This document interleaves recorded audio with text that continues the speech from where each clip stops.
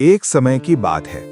एक छोटे से सुंदर गांव में हनुमान जी नाम का एक गरीब लेकिन बहुत बहादुर लड़का रहता था।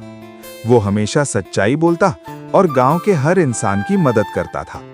उसकी अच्छाई और ईमानदारी के कारण पूरे गांव के लोग उसे बहुत प्यार करते थे। एक दिन गांव के पास वाले घने जंगल में एक भयानक राक्षस आ गया। वो हर रात गांव में आकर खेतों को नष्ट कर देता और लोगों के घर तोड़ देता था। गांव के लोग बहुत डर गए।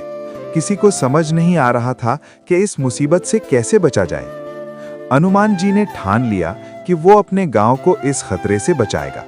वो अकेले ही जंगल की ओर निकल पड़ा।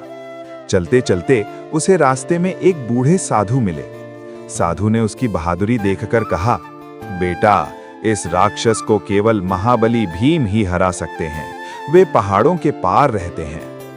हनुमान जी ने हिम्मत नहीं हारी और तुरंत महाबली भीम की खोज में निकल पड़ा।